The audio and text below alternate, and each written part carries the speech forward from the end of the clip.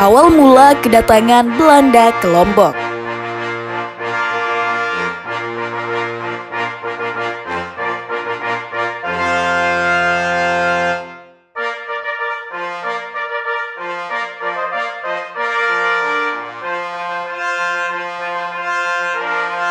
Untuk menyambut Hari Kemerdekaan Indonesia yang ke-77, mulai hari ini Infonusa akan menyajikan sejarah pergerakan kemerdekaan yang terjadi di Lombok. Mulai dari kedatangan Belanda dan Jepang sampai dengan proklamasi kemerdekaan Republik Indonesia. Mari kita mulai dengan kedatangan Belanda ke Lombok. Jika mengacu pada sejarah nasional yang mengatakan bahwa Indonesia dijajah Belanda selama 350 tahun, maka Infonusa berani menyebut jika klaim tersebut adalah bohong belaka.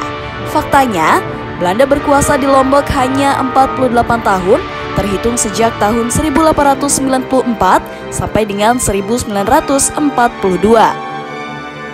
Awal mula Belanda mulai ingin menguasai Lombok adalah sejak ditandatanganinya Traktat London pada tanggal 17 Maret 1824. Itu adalah sebuah perjanjian antara Inggris dengan Belanda tentang pembagian wilayah pengaruh di tanah jajahan, khususnya di wilayah Kepulauan Nusantara.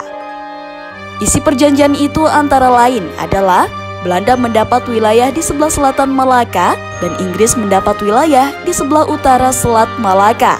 Kepulauan Nusantara yang berada di sebelah selatan Selat Malaka akhirnya mutlak milik Belanda, sedangkan Inggris mendapatkan Malaysia, Filipina, Hong Kong, dan Cina.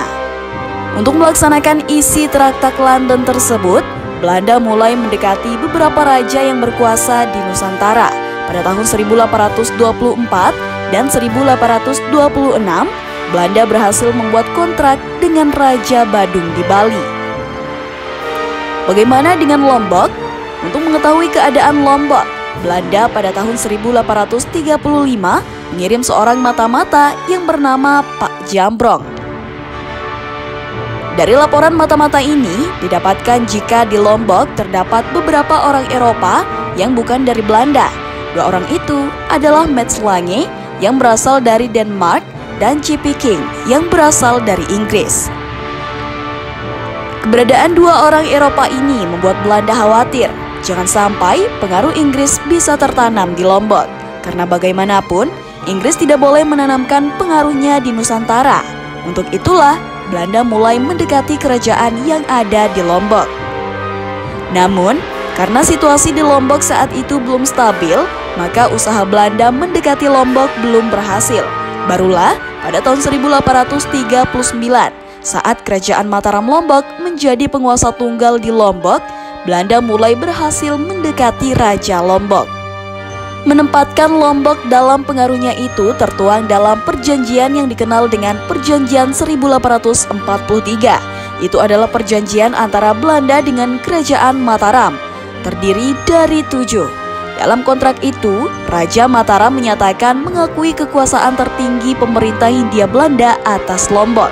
Sebaliknya, Belanda juga menyatakan selama Raja Mataram menunjukkan kesetiaannya, Belanda tidak akan mencampuri urusan internal kerajaan.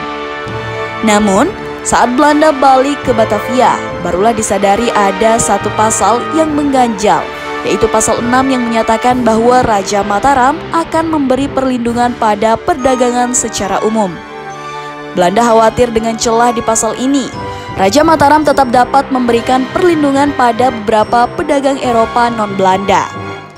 Belanda kemudian mendesak Raja Mataram untuk mengubah isi pasal 6 tersebut. Namun Raja Mataram menolak dengan tegas, bahkan dengan lantang menyatakan bahwa pasal 6 adalah isi pokok dari keinginan Mataram. Selanjutnya, Belanda ingin menempatkan wakilnya di Lombok. Namun Raja Mataram selalu menolak dengan tegas. Rupanya Raja Mataram telah berhasil memainkan politik tarik ulur dengan Belanda. Di satu sisi, Belanda menganggap Lombok adalah bagian dari kekuasaannya. Namun di sisi lain, Raja Mataram dalam praktiknya selalu menganggap Belanda sebagai teman yang sejajar. Kira-kira langkah apa yang akan dilakukan Belanda untuk mendapatkan Lombok? Ikuti terus kisahnya di channel ini ya.